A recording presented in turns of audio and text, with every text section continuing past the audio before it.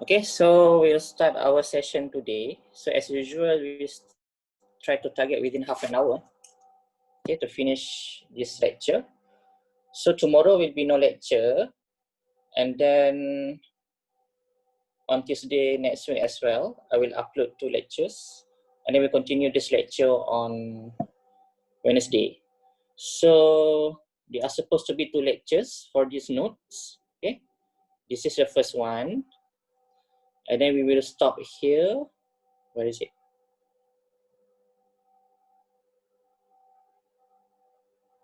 Okay, we will stop here until texture retention, and then we will continue on Wednesday next week on brewing. Okay. So have you guys ever learned about the production of fruit juice before? In food chemistry, perhaps?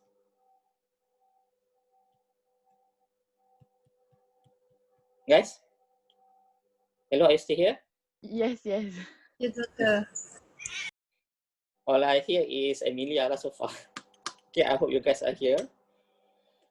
Okay, so you can always look at this lecture again on Putra Blast once I finish upload this notes, upload this lecture. Okay, so today is the application of enzymes in the food industry. So the one that I will pre-record tomorrow is actually a topic before this one, but because they are quite independent, so actually we can go topic by topic.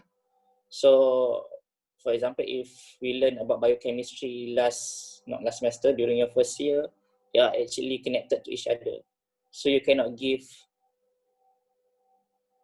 this lecture before another lecture, for example. But for this one, we can give different lecture first, and then another topic can be done next week, okay, because they are independent. Okay, so for today, the first one is as usual introduction, and then we will take a look at the modes of enzyme application in food industry. Second, the cost of using enzymes. This one is of course not what we call static. As we move towards the years, the cost would be more expensive. But if we can produce them more efficiently, then the cost will reduce, right? And then food industry applying enzyme in bioprocessing, right? In particular, we will take a look at dairy industry, and then fruit and vegetable, in particular the juice industry, brewing, and so on. Okay, brewing will be next week. So for the linear outcomes, as usual, you can read it yourself. Okay. So we learned last week that the driving force in enzyme application can be, the first one is the history of safe use, because this one is safer than chemical catalysts. Second, this is alternative to chemical processes. Third, it can be sometimes the only solution available to food designers. Okay, for example, I give you guys is the production of belacan. We cannot produce them through chemical processes, but we must use enzyme application, or in this case, we use microorganism. Fourth, it probably have better after effects. It can be labor friendly, and finally, can be better conservation. Okay, less contamination and so on. Okay, Okay, sorry. so the first one, sorry, Ada nak masuk? nak masuk.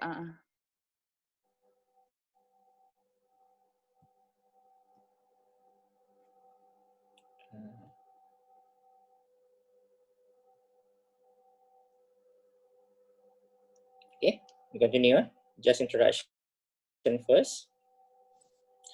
So as you can see, this is the enzyme cost in various processes. Price for technical enzymes are usually between 15 to 30 ringgit.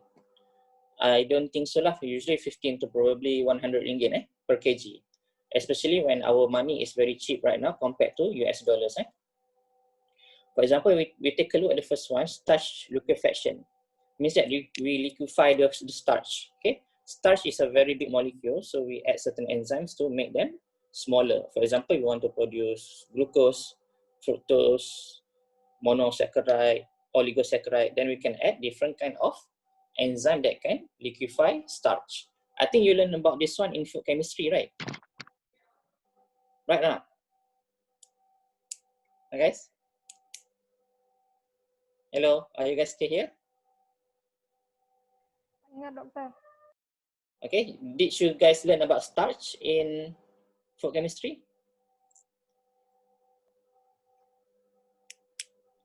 Yes.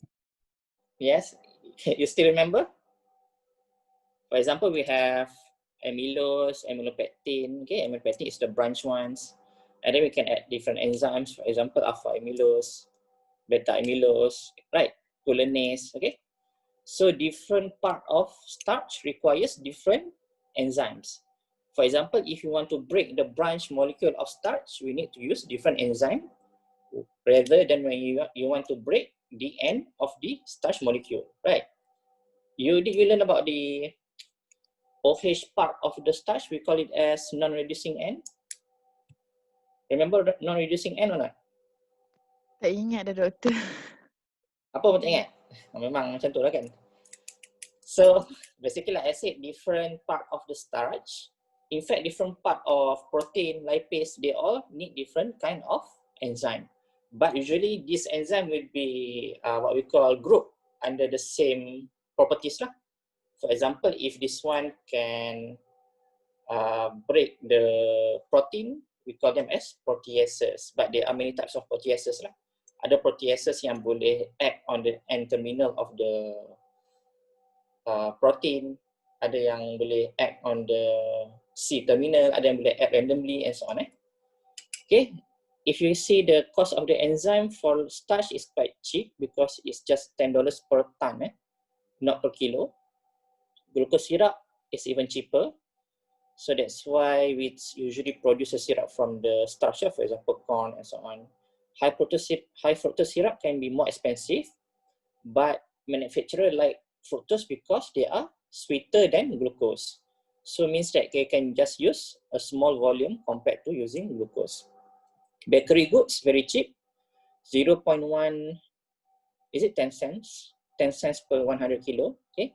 And you can take a look yourself, detergent, I think one of the most expensive one, it can go up to 25 cents. Okay, fruit juice can be expensive as well, 50% per 100 liters of juice. But juice is quite expensive. So even though the enzyme is quite expensive, you can sell the product quite expensive as well. So you can recoup your cost. All right. Cheese is quite cheap, only 5 cents per liter. No, it's actually expensive lah, because this one is per liter, not per 100 liter. Okay, so cheese can be expensive as well. That's why they are expensive.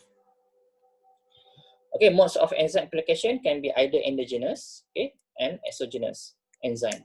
Endogenous means that the enzyme that is produced by that organism or plant or food product, right? The example they give here is tea, coffee, fish sauce, and probably certain reaction to remove toxin and so on. Endogenous enzyme, like I said, is actually produced by the product itself. Okay, for example, we take a look at tea. In order for you to produce tea, I think you need to undergo certain reaction. For example, browning. So what you do after you harvest the tea, you can incubate them for a prolonged time. Okay, so if you incubate them longer, you will produce a stronger browning reaction and you will produce a blacker tea. So there are many types of tea, right? For example, if you want to make black tea, the color is very dark, very brown, but we also have green tea. Green tea is actually very light in color because we just allow the browning reaction to happen very briefly compared to the brown tea, right? For example, fish sauce, okay? When we ferment the fish sauce, inside the fish cells, there is endogenous protease. This endogenous protease can break the fish meat and also the fish cells over time and produce specific character or aroma, okay? Certain plant, they might have toxin, probably when they are young, okay, because they want to have a certain kind of defense mechanisms towards the predator and so on. But as they are ripened, the toxin might be removed, right? For example, do you know that what is ubi kayu in English? Cassava, okay? Cassava can have toxin which is dangerous to human, which is, apa tu kita panggil? What is the toxin in cassava? Do you guys remember? Yes? You guys still remember the toxin in cassava? Ubi kayu? Tak ingat, Hello? doktor. Itulah memang. Okay, cyanide. Okay, Saya cyanide is ingat. okay. If you remember, there are several toxins in plant, right? Okay. Cyanide is one of the inhibitor in ETC, electron transport chain. Okay. So in order for you to consume them, usually you need to rendam, submerge them, or you need to dry them and so on. So this endogenous enzyme actually can remove the toxin if you do a correct processing. Dia kira Okay, anti-nutrient sorry? ke, doktor? Huh? Cyanide tu kira anti-nutrient ke? Cyanide is not anti-nutrient, dia more like toxin. Anti-nutrient is fatty acid usually. Anti-nutrient means that when you consume them, it can prevent you from absorb that nutrient because they can bind to the nutrient inside the digestive system. But toxin is something that can make you sick. Means that it can poison your system. Okay, for example, cyanide can poison the electron transport chain. Right? Understand? Between toxin and also between anti-nutrient, they are different. Okay, thank you, doktor. Okay, so usually for the animal feed, we'll treat the animal feed with the something that can remove the anti-nutrient because we want to make sure that the animal, when they eat the feed, they becomes nutritious. No, they become fat because they can absorb all the nutrients inside the food.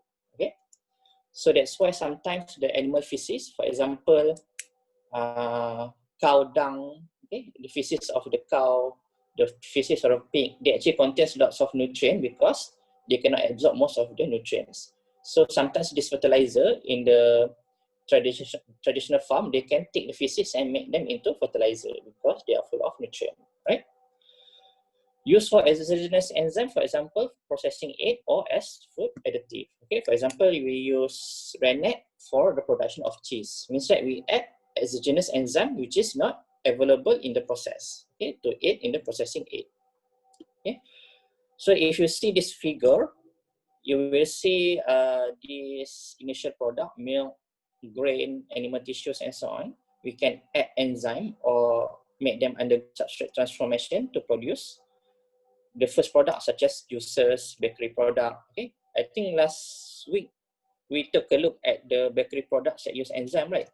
They use a lot of different enzymes, especially for the treatment of the flour, for the treatment of the texture and so on. We can also produce soups, sauces, and dressing. Okay, and if we go one step further, we can produce what we call as functional product. Okay, so do you know what means by functional product? Functional foods. Faham tak apa maksud functional foods?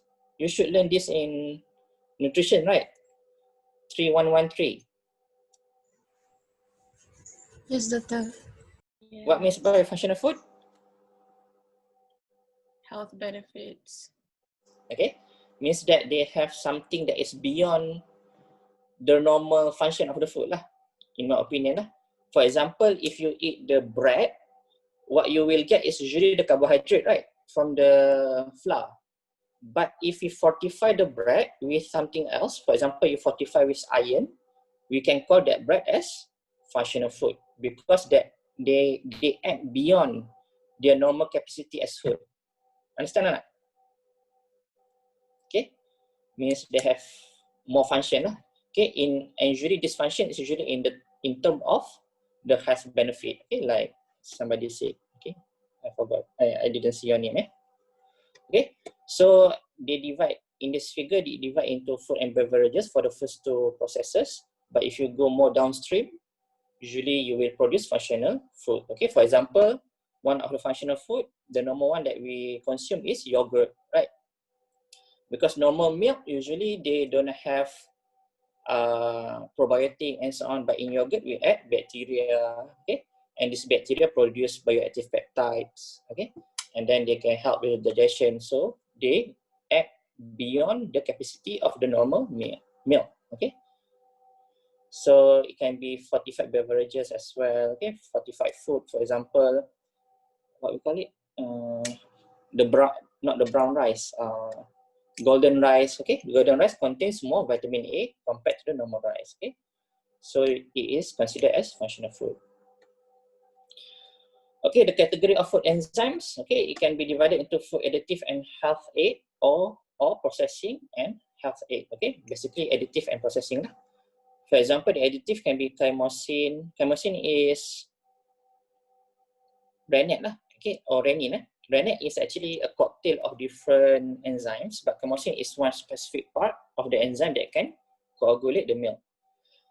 Okay, for example, papain, bromelain, phycin, okay, these are all the enzyme that can be used for meat tenderizing, right? Okay, but they are actually extracted from different sources. Okay, papain you can extract them from apa tu? Papaya. Bromelain, okay. Bromelain from Pineapple. phycin. Phycin tak boleh belajar. Phycin from apa? Okay, phycin is from fig. Tahu tak fig? Apa? Malay dia tu? Buah buah zaitun. ada buah zaitun. Ngarut lah kamu. Buatin kot. Buatin. Buatin. Yalah, kalau kita as Muslim, usually zaitun and tin ni selalu together kan. So, kita pun confused. Saya sampai mak mentua saya tanam buah tin baru saya tahu, oh ni rupanya buah tin, buah fig. Okay. So, they actually contains this enzyme, phycin, that can also tenderize the meat. Means that they are protease lah. Alright. But apart from that, they are also important for other things as well. For example, for you to digest, help in digestion, okay? You actually can use in pharmaceutical and so on, especially phycin. Okay? And if you notice when you eat pineapple, you can feel itchiness, right? On your tongue, okay? I think probably because of the effect of bromelain.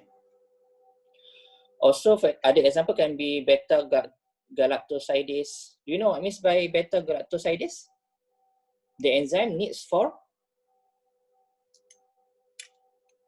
what is the function of beta-galactosidase? Do you guys know? Another name, we can call them as lactase. So the function is to Hydrolysis. hydrolysis of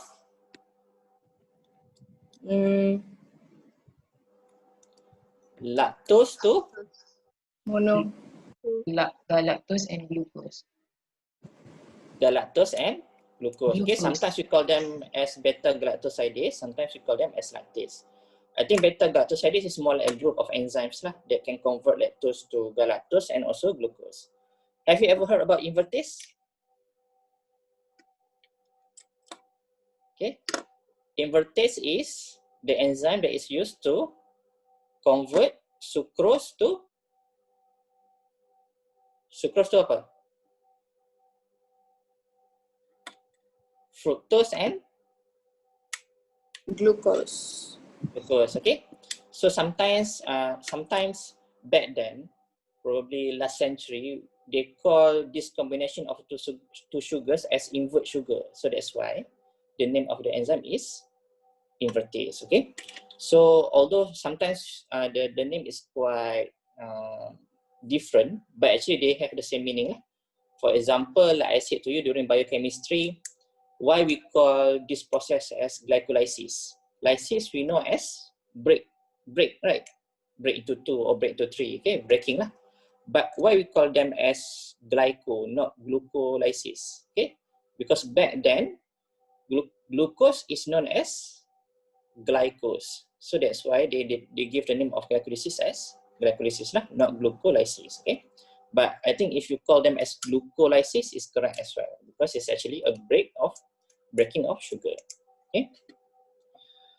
So for processing, usually we can add amylase, protease, lipases. Okay, glucose isomerase. Do you know what is the function of glucose isomerase? What is the function of glucose isomerase? Tak ada siapa tahu ke? What means by isomer? For example, is fructose the isomer of glucose? Dia tukar arrangement. Okay. So fructose dengan glucose sama tak dia punya chemical formula? Jawab. Betul tak? Apa dia Ni doktor? Nat macam jawab. Ni Karina. Apa dia doktor? Fructose dengan glucose sama tak chemical structure? Chemical formula dia? Fructose dengan glucose. Ha. Sama kot. Are you sure? Tak sama. Sama. Tapi dia punya Sama. arrangement lain kan? Okay, bentuk that's dia. correct. Penta dengan Means they are the same, but the arrangement is different. So if you learn organic chemistry, dah kot first year yang ramai fail tu. Student saya pun ramai fail juga. sorry doktor tak fail ya? tak susah. fail. Susah kan tapi kan? Susah. I don't know if you learn or not, but this chemical structure they can have different 3D structure kan? Means that sometimes their H is pointing this way, their hydrogen is pointing this way. So sometimes although they look the same, if we draw them through 2D, but they are actually different if we view them in 3D. Okay? So fructose and glucose, they have different structure, but they have the same chemical formula. So if we convert them from glucose to fructose, we can consider them using isomerase. Okay? So isomerase can convert the same chemical formula to different structure. In this case, glucose isomerase can convert glucose, okay, to different structure lah. For example, you can convert into fructose, into galactose and so on. Glucose oxidase to oxidize glucose lah. Invertase as well. Pectinase. Do you know what means by pectinase? To break down pectin. Okay, what is pectin? Carbohydrate. Polysaccharide. Polysaccharide that can be found in Plant. okay, what is the Plant function cell of wall. pectin? Plant cell wall, okay. What is the function of pectin?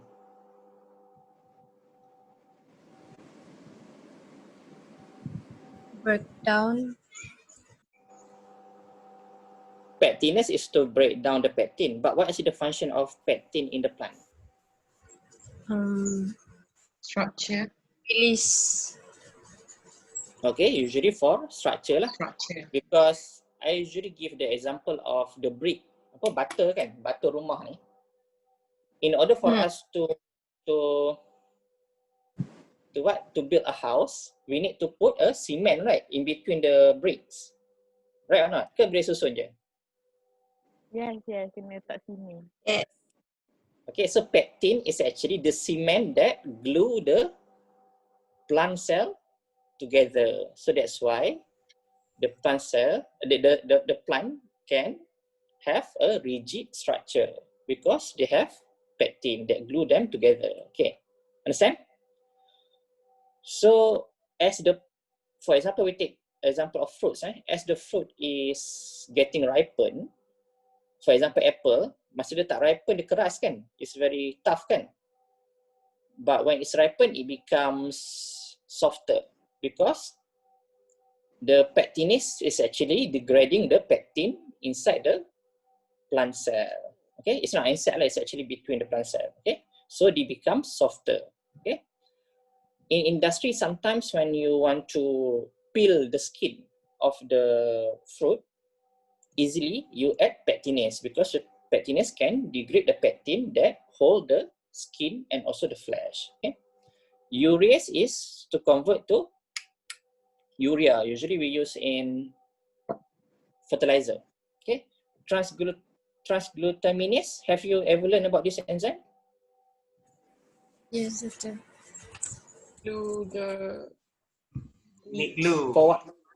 Meat Glue. glue. Igloo. Meat glue. Okay. So what is the main function?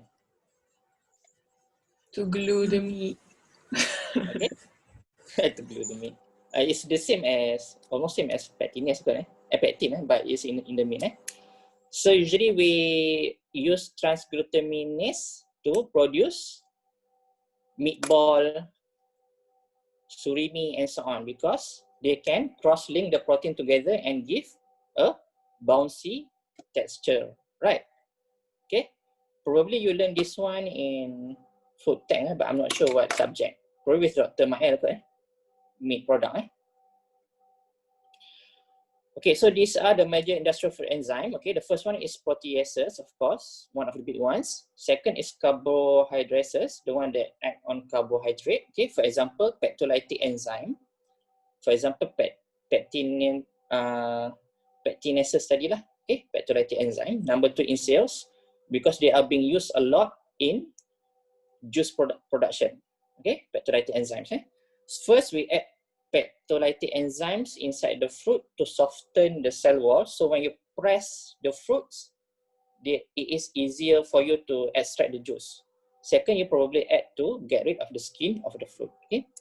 Also, hemolytic enzymes is very important as well. Number 3 in sales. For example, when you want to use, if you want to produce glucose syrup, high fructose syrup, you use hemolytic enzymes, okay, to produce the monosaccharide. Glucose modifying enzymes, for example, glucose isomerase, okay, you want to produce fructose and so on.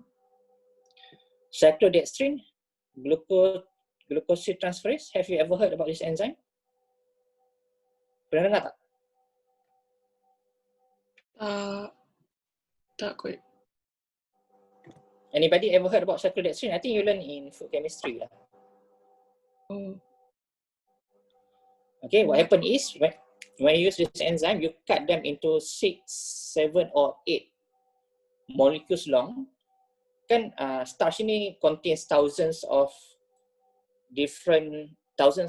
glucose molecule bind together kan. So if you cut them into single monomer, we call them as monosaccharide. If you cut about 4 to 5, we call them as oligosaccharide. Sometimes when you cut them into 6, 7, or 8, and then the structure can what we call bind to itself and form a cycle. Bentuk dia macam bulat tau. Sebab dia boleh bind to one end to another. Okay, we call them as cyclodextrin. So that's why contain the name cyclo here. Means that the structure is actually round. Okay. I will upload the next lecture that contains the structure of cyclodextrin. Later you can take a look lah. Because the structure is very unique, we can use in pharmaceutical, we can bind them to drugs for easier delivery into the body and so on. Okay. Next, invertase and then lactase used in cheese. Xylanase and manganese is actually another kind of enzyme that can be used to degrade the cell wall. Okay, they are actually a group of cellulose. Okay, cellulose. Okay, lipases, okay, for the fat, oxydoreductase, redox, glucose oxidase, sulfuryl oxidase. Have you ever heard about sulfuryl oxidase before? Means it can oxidize sulfur. Okay, what is the main characteristic of sulfur? Anybody know?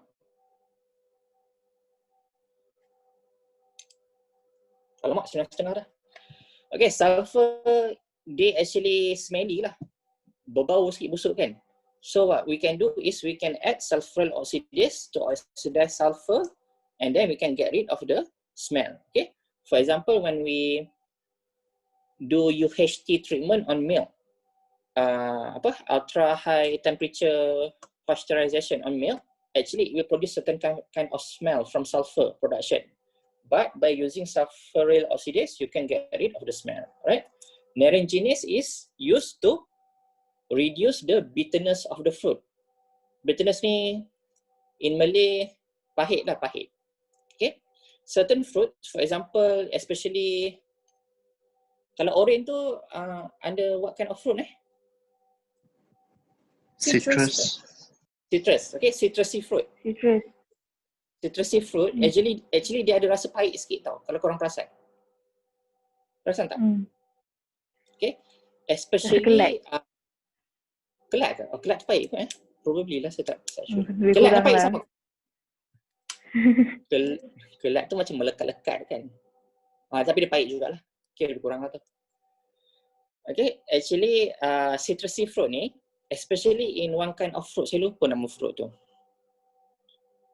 Dia bentuk dia macam apa tu yang jual kat R&R tu, ya Allah. Yang kali hijau tu. Pomelo ke? Pomelo. Okay, grapefruit, okay. Pomelo and grapefruit ni about the same, but grapefruit ni dia lagi unik lah compared to other fruits in our country. It is usually in Australia, in US. So dalam dia colour dia cantik sikit, merah ke apa. Tapi dia memang ada rasa pahit yang lagi strong daripada orange, okay? Because they contain this one compound named naringin, okay? So for you to reduce the bitterness, you need to use this naringinase, especially during the production of juice, okay? So what happens is naringinase can break naringin into something else which is sweet in taste. Alright, and the last one is ribonucleases, usually using in DNA work, for example, restriction enzyme, okay, DNA polymerase and so on. So we go very fast, Okay, so example of industrial enzyme, for example, amylase, okay, can be extracted from different sources, but usually from the microbial sources, and the function is the same for starch conversion. Metagenic saccharification and starch conversion is the same. Means that we reduce the starch into smaller components. Okay, amylo is also for for starch.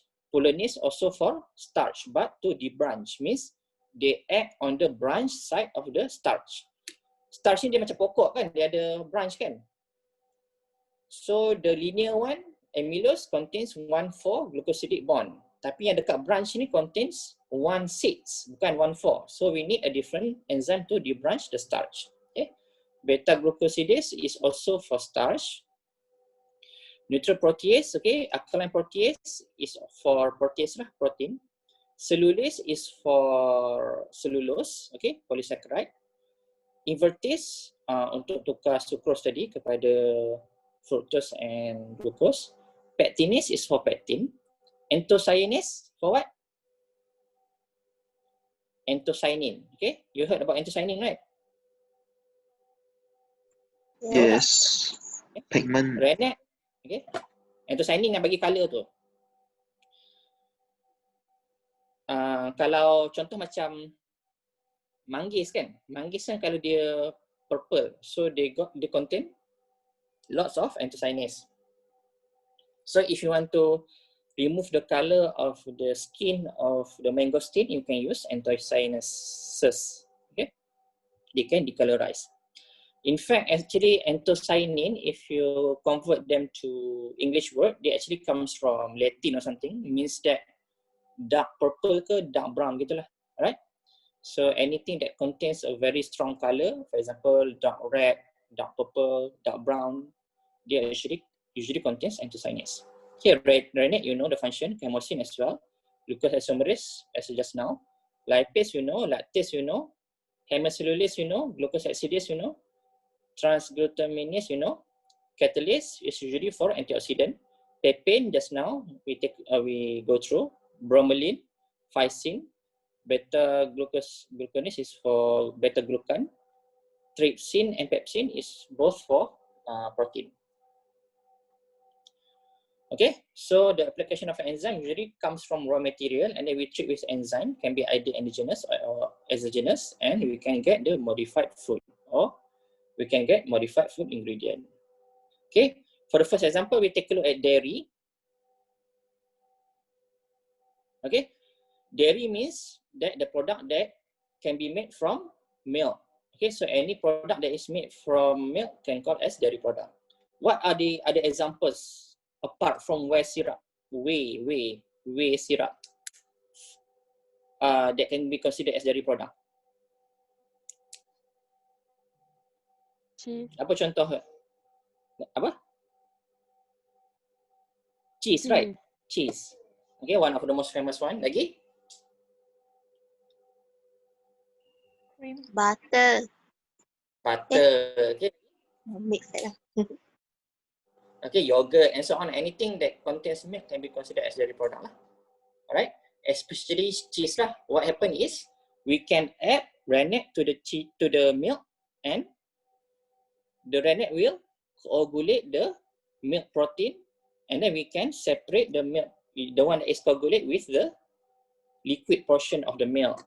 Liquid portion we call as, liquid portion kita panggil apa? Of the milk during the cheese production.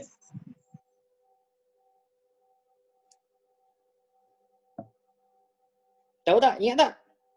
Sorry doktor, Siram. liquid portion. Kan bila kita tambah rennet dalam Whey. susu, Whey ke? Whey ke Whey ke doktor? sih? whey lah. Itulah jawapan dia. Ada jawapan.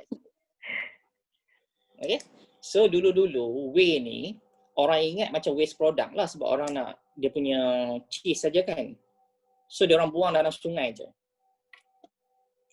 Tapi actually they don't know, so orang dulu tak tahu sangat lah, sebab orang dulu kan banyak traditional farmers semua kan. Because whey is very nutritious, dia promote the growth of algae. So bila banyak algae dalam sungai ni, dia jadi satu benda kita panggil eutrophication. Pernah belajar tak masa sekolah? Ada. Pernah. So apa jadi bila banyak sangat algae ni, oksigen dalam air akan kurang lah kan, sebab algae ni guna oksigen. So banyak ikan semua boleh mati lah. So the government ban the farmers from buang whey ni lah. And over time, people realize that whey actually contains lots of nutrient, especially the amino acid yang tak coagulate sekali dengan cheese tu. So apa yang dia buat, kadang-kadang orang minum terus, okay, macam beer, ataupun orang tukar pada whey syrup. Okay. Apa yang dia buat, dia break lactose kepada galactose and glucose. Lepas tu dia boleh buat ni lah, dia boleh buat syrup lah. And then you can also make them into different type of cheese as well. You know cheese, we have different kind of cheese kan? Ada Cheddar. Pomero, saya tak tahu nama apa cheese, tapi ada cheese yang bulat-bulat tu, yang ada lubang macam tikus suka makan tu kan? Ada cheese yang petak biasa yang kita nak makan tu apa? Cheddar and so on. Okay? So whey ni dia actually can make into one kind of cheese. Apa nama cheese tu saya tak ingat. Selalu makan dengan olive. Dia macam very watery. Dia macam petak-petak. Kalau pergi hotel selalu jumpa cheese tu. Cottage cheese ke? Cottage cheese. Cool. Itulah. Kan dia punya texture dia macam lain sikit daripada cheese biasa kan. Dia tak hard. Dia very wiggly, okay, because they are made from whey. Okay, can also be used as component of fermentation media. Fermentation media means that we use microbe lah, because when we use microbe needs simple sugar, so we can use whey that is being converted into glucose for fermentation media, a cheap one. We can also convert dairy product into reduced lactose crystallization, means that certain people cannot metabolize lactose kan, dia ada lactose intolerance, so we can convert lactose into galactose and glucose. Okay, so a component of rennet is chymosin. Okay, dulu kita ambil daripada perut anak lembu yang calf, but nowadays we can just take them from microorganism. Okay. And then certain enzyme can be added for flavor development and acceleration of cheese ripening. In this case, usually we can add additional protease or we can add lipase. In fact, certain cheese, they use lipase only because lipase can break the fat molecule inside the cheese and give a stronger odor and aroma. Alright. So for this one, I think lipase and protease. Okay, protease as above. Lactase application include transformation of cheese whey into sweet syrup. Okay, so we add lactase to convert the lactose into glucose and galactose. And then we can produce a sweet syrup used in food processing, low lactose milk, and reduction of lactose crystallization in dairy product. Okay, sulfuric oxidase, as I said to you before, is sulfur, because sulfur gives you unpleasant smell, so we can remove the sulfur using sulfuric oxidase. So this is the mind map of the processing of milk. Okay, if you see the milk at the top, okay, you can produce sour milk product by adding the starter culture. Usually we add LAB, lactic acid bacteria. And then this LAB, sometimes you can coagulate the milk as well. For example, you can produce yogurt, but you can taste the tartness or the sourness because they also produce lactic acid. Okay, because they produce acid. Okay, if milk, we can also add acid artificially and add calcium and chymosin, which is rennet, to produce the cheese curd. And then this cheese curd will produce soft cheese, and then we can add lipase or protease to produce hard cheese or make the cheese mature. Okay, ripening of the cheese. Another part, you can produce whey, and then you can add lactase, okay, for animal feed and fermentation raw material. Or you can convert whey to lactose and whey protein and produce lactose syrup or glucose syrup. Or milk, you can add lactase directly and produce reduced lactose milk product.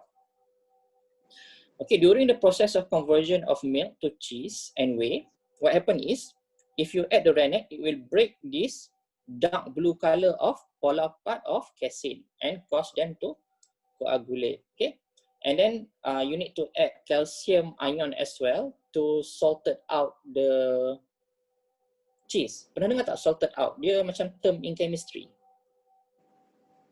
Pernah dengar tak?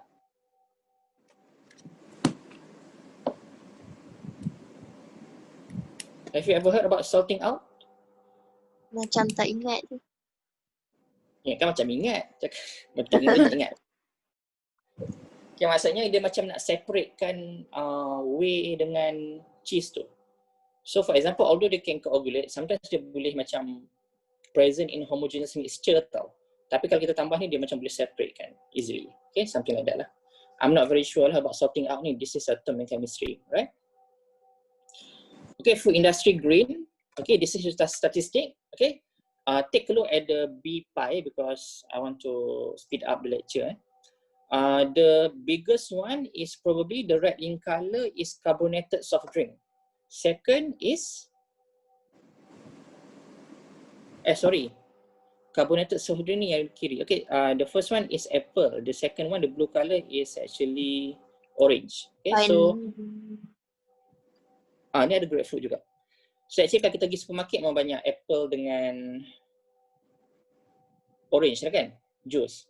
I don't know the reason why, but probably because the processing is easy and most of us like apple and orange, right? Grape is usually being converted into alcoholic product lah, right? Actually, I want you guys to, can you guys watch this one video before we continue? Sekejap saya cari Letih dah cakap. Ada kat YouTube tadi.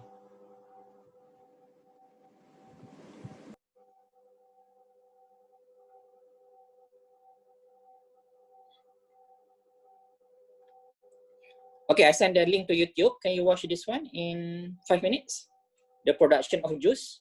Okay, I go and drink some water first. I come back in 5 minutes. Can tak? Okay.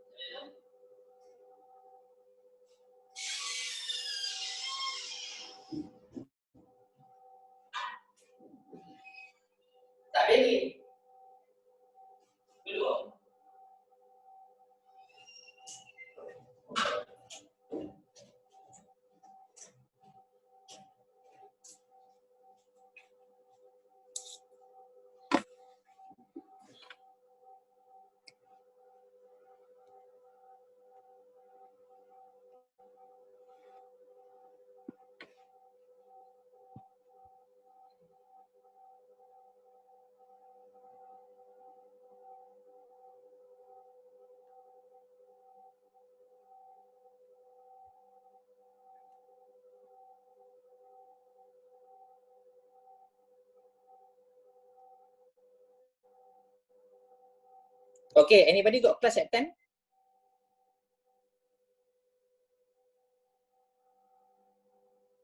Ada orang ada kelas tak pukul 10?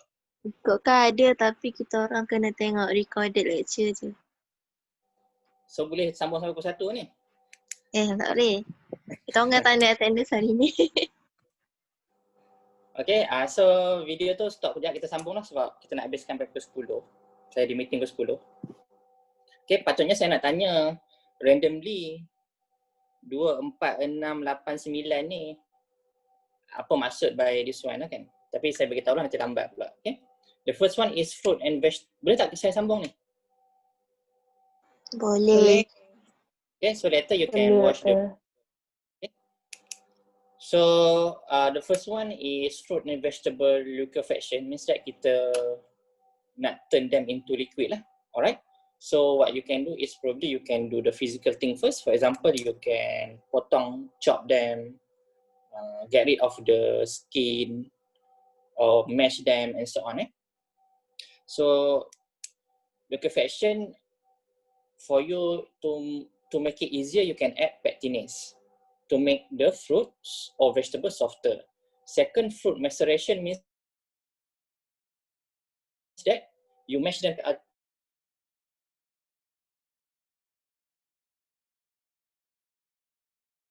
tinggal skin dengan dia punya fresh.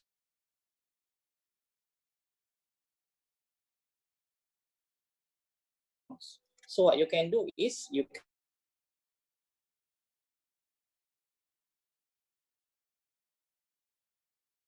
kalau awak pergi supermarket, jus dia macam dalam gambar. Dia maksudnya very clear. Tapi jus yang kita buat sendiri, kita blend ada pulp kan. Tapi dalam industri sebenarnya jus dia clear. Dia tak ada pulp. So they can add certain enzyme first. For example, they can add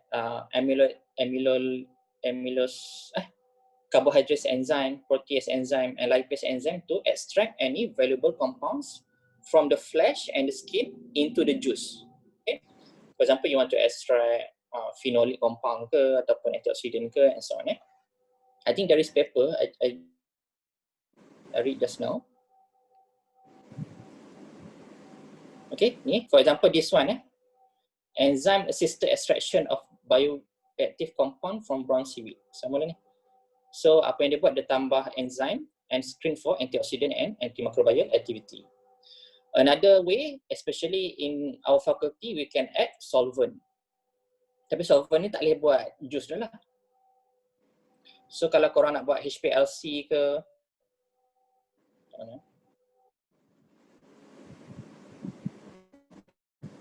kalau buat HPLC or something, you can add certain solvent and the bioactive compound. Then you can analyze them in HPLC or something. So this is usually for the detection, not for food production. Juice clarification, we can add protease and also pectinase again. So pectinase ni pun banyak jenis. Later when I record the lecture, you will have 4 different pectinase. Okay, every pectinase will degrade different type of pectin. Right? And then to assist you in fruit peeling, pectinase again, debittering of fruit juice, neogenase, oxygen removal using glucose oxidase, and texture retention of fruit and vegetable using pectinase again.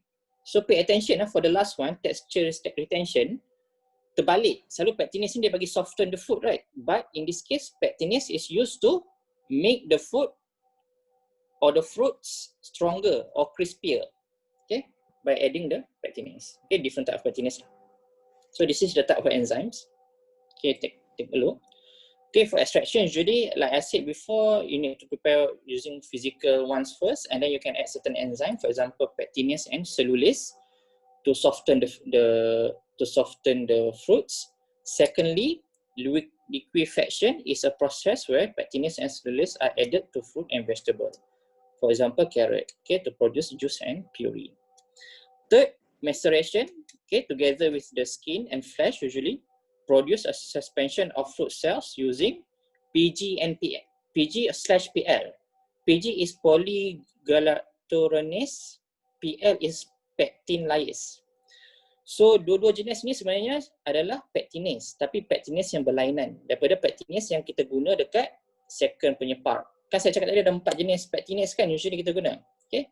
Yang the first part ni dia guna 2 jenis pectinase lain, yang second part ni dia guna 2 jenis pectinase yang lain. Okay. For example, polygalactoranans and also pectinase. Okay, we go quite quickly.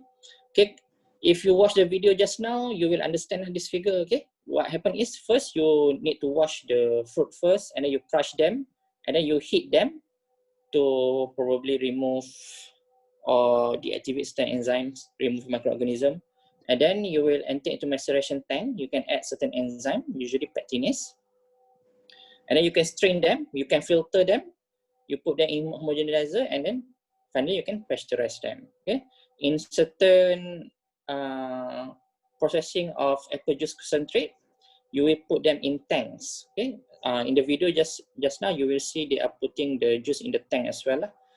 For example, A plus B is enzyme tank. You can add pectinase or alpha amylase. Alpha amylase is to break the starch inside the fruit juice. And then you will have clearing tanks. For example, you can add gelatin or bentonite. Okay, this one is to make the solid coagulate together and what we call it, sediment to the bottom of the tank, so you can get the clear juice. Alright, this is the graph. For example, it will give you the graph in red color, carrot puree. The viscosity is high if you use pectinase from Aspergillus niger only. But if you use pectinase and C1 cellulose from Aspergillus niger, the blue color, you actually can reduce the viscosity even more. So it's better for the industry because the viscosity is lower. So this is the example when you add pectinase to actually or you add cellulose or protease to actually improve the yield, clarity, and color. Okay, you actually break the protein that cause the red color, and also cellulose can also break certain cellulose that is present in the juice. Okay, the reaction during clarification, okay, means you want to clarify the juice. Usually pectin in suspension is due to the electrostatic repulsion from the ion, the negative ion. And when you use pectinase, for example, polygalactoranase, like I said before, one type of pectinase, it can hydrolyze pectin. Okay, it can break one of the wall that contain the positive ion, and then you can make them coagulate together. Okay, attractive forces between partially degraded particles cause them to agglomerate. Some fruits can be treated with pectinase to help with peeling of the skin, like I said before. Debittering of the fruit juice. Some juice, especially citrusy juice, for example, oranges, grapefruit, and lemon, sometimes they can be quite bitter. So you can use this enzyme to reduce the bitterness of this fruit. Okay, and naringin, this compound, is also said to be to disrupt your metabolism in the liver. So usually the doctor said to you, don't eat orange or grapefruit before you take this drug. Okay, so sometimes when you treat using naringinase, you don't have this naringin, so you can take the drugs right after you take a fruit juice. Okay, like I said to you before, this is a special case of using pectinase to retain the texture of the fruit. Okay, to make them crispier, to make them harder, and so on. What happens is you can use one type of pectinase called as pectin methyl esterase. Okay, I will give a lecture on this one during the pre-recorded ones. Using pectin methyl esterase make it possible to form the egg box model. Okay, this picture, the first one, see figure representing a network of cross-linked methoxyl group of pectin with divergent cations such as calcium. So if you don't add calcium, the fruit will actually become soft. But if you add calcium and you add this pectinase enzyme, the fruit actually will become firm. Okay, because this calcium can bind to the methoxyl group of pectin and form what we call as 8-box model. Okay, if you don't understand this one, you can ask me later lah. Okay. This prevents polygalactoronase, one type of the pectin, from depolymerizing methoxylated pectin, low methoxyl pectin. Okay, pectin ni actually dia ada functional group, dia ada group COOCH3, you call as methoxyl group. So the primary structure of pectin, dia ada banyak methoxyl group ni. Secondary, kalau awak treat dengan PME, dia akan kurang sikit. Tertiary, kalau awak treat lagi dengan PG, dia akan hilang terus methoxyl group ni. So dia akan becoming very soft lah. Okay, so what happen is, from the primary structure yang ada banyak methoxyl group ni, you treat dengan PMB, dia akan jadi kurang sikit, and then you add calcium. Calcium dia akan bind dengan PME dan akan bagi fruit to firm lah. Okay, so dia cakap thus binding of calcium to pectin must be low methoxyl pectin, bukan high ones, increases the plant firmness and maintains its hardness or rigidity longer. Okay, so this one lah. So what you can do is you have the fresh or frozen fruit immersed in a solution contains calcium ion and also the PME enzyme, okay, pectin methyl esterase, incubate for a period of time, and then you inactivate the enzyme so that you can stop the reaction and then you can improve the firmness. Okay, for example, jambu. So probably the jambu that you eat very crispy for a very long time because they use this technique. Alright, so that's all. Any question? So it's about 10 o'clock right now. So just about right.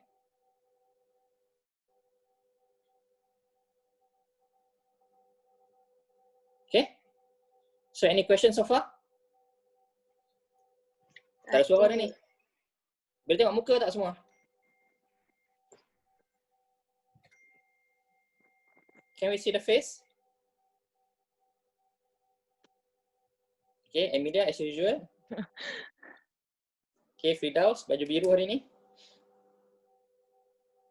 Izian, Fakihah, Tam, Nat, Bahia, Arif, Izzat, Farah, Amira dari tadi. Okay, Nina, tak ada budak kecil ni. Akila, Meliza stay in Indonesia, right? Okay, we hope you can come soon. Erna, Akila, are you in Malaysia or Brunei? You're from Brunei, right? You're in Brunei, eh? Hafiza. Yes, Doctor. Kak Irina, okay, kat rumah ni. Fatimah. Ni semua dah missing in action dah ni. Emeline. Amalina. Ya. Ada. Su Pik Kiong. Are you here? Yes, Doctor. Okay. Yan Jia. Yoh. Eng Kui Yuan. Amalina ada, eh? Gelapnya bilik tu. Siapa lagi? Hani Muhammad. Hani. Syafia. Shikin. Shanis suara dengar banyak tak? So ada lah tu.